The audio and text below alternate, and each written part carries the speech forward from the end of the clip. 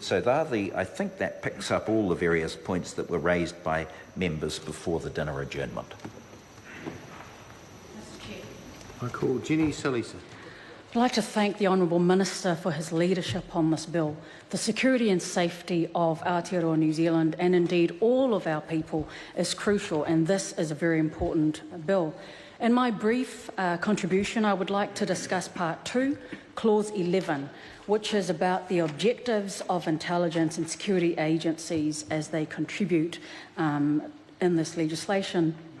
Mr. Chair, in terms of Clause 11, subsection A, what it actually states is that the principal objectives of the intelligence and security agencies are, subclause A, to contribute to the protection of New Zealand's national security. Now, this legislation, as I understand it, I was not fortunate enough to be a member of this subcommittee when folks came to present to it, but I understand that the term national security was not previously defined. Now, I know that it is now defined, but what I would like to ask the Minister is he, as Minister, is he satisfied with the definition that is now given to national security in this particular bill now?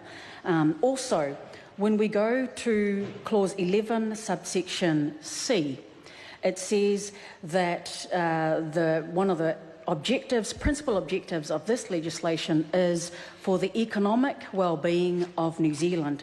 Now, my question to the Minister is well-being defined in this legislation? That's the first question. And the second question with regards to Clause C is well-being and economic of New Zealanders defined? Is it clearly defined in this legislation? I'm not clear in my reading of this bill whether it is indeed defined.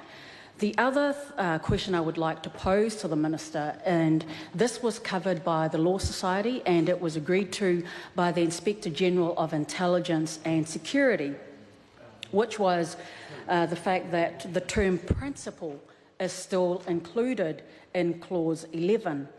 Mr. Chair, using the term principal before objectives creates uncertainty because it implies that GCSB and SIS may have other unstated secondary objectives that might not be clearly stated in this legislation. So I would like to ask the Minister why the term principal in front of objectives is still currently used.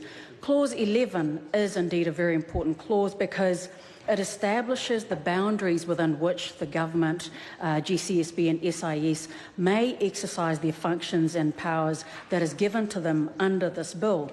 So it is indeed crucial to ensure clarity around meanings and around whether or not principle should indeed still be in front of objective.